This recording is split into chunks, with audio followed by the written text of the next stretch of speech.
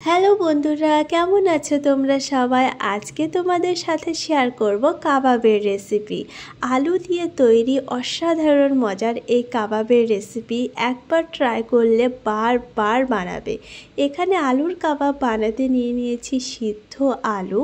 এখানে 3টে মিডিয়াম সাইজের আলু নিয়েছি। অনেকগুলো কাবাব তৈরি হয়ে যাবে। আর এই কাবাব বানিয়ে ফ্রিজে ফ্রোজেন করেও রাখা যাবে, আর যখন খুশি ভেজে কিন্তু খাওয়া যাবে। এখানে আলুগুলো গ্রেট করে নিয়েছি। যতটা কাবাব বানাবে সেই পরিমাণে আলু ব্যবহার করবে। তার সাথে নিয়েছি কিছু ভেজিটেবলস। এখন এখানে একটা বাউলে নিয়ে নিচ্ছি ক্যাপসিকাম, তার সাথে এখানে অ্যাড করছি পেঁয়াজ, আর এর সাথে আমি নিয়েছি ধনেপাতা। দুটো কালারের ক্যাপসিকাম নিয়েছি, তার সাথে নিচ্ছি সিদ্ধ ডিম। এখানে আমি 3টে মিডিয়াম সাইজের আলুর সাথে 2টো সিদ্ধ ডিম ইউজ করছি। আলুর পরিমাণটা যেরকম হবে কম বা বেশি সেই পরিমাণে এখানে ডিমটা ব্যবহার করলে এটা অনেক বেশি মজার হবে। এর সাথে 1 চামচ লবণ অ্যাড করছি, 1/2 চামচ হলুদের গুঁড়ো, 1 চামচ জিরের গুঁড়ো, 1 চামচ শুকনো লঙ্কার গুঁড়ো চিলি ফ্লেক্স, তার সাথে 1/2 চামচ চাট মশলা, আর এর সাথে দিয়েছি 4 চামচ মতো চিজ। এখানে মজারেলা চিজ অ্যাড করেছি। এর সাথে 1 প্যাকেট ম্যাগি মশলাটা দিলে কিন্তু টেস্ট অনেক বেশি বেড়ে যায়। এখন খুব ভালোভাবে এটা মিক্স করে নিচ্ছি। আলু দিয়ে তৈরি এই কাবাবের রেসিপি একবার বানিয়ে দেখো, খেতে কিন্তু অসাধারণ লাগবে।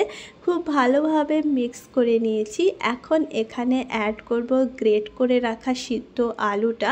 আলু গ্রেট করে নিলে পারে কি হবে, খুব সুন্দরভাবে মশলার সাথে মিক্স হয়ে যাবে, আর এতে কিন্তু খুব ভালো একটা টেস্ট হবে।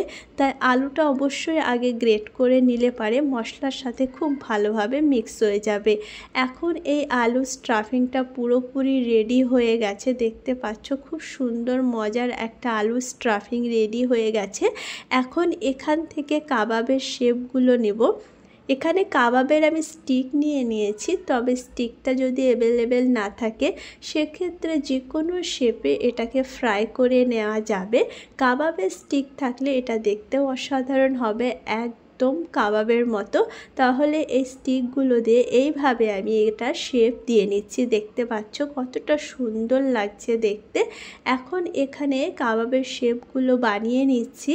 আর 3টে মিডিয়াম সাইজের আলু আর 2টো ডিম দিয়ে অনেকগুলো এখানে কাবাব কিন্তু রেডি হয়ে গেছে।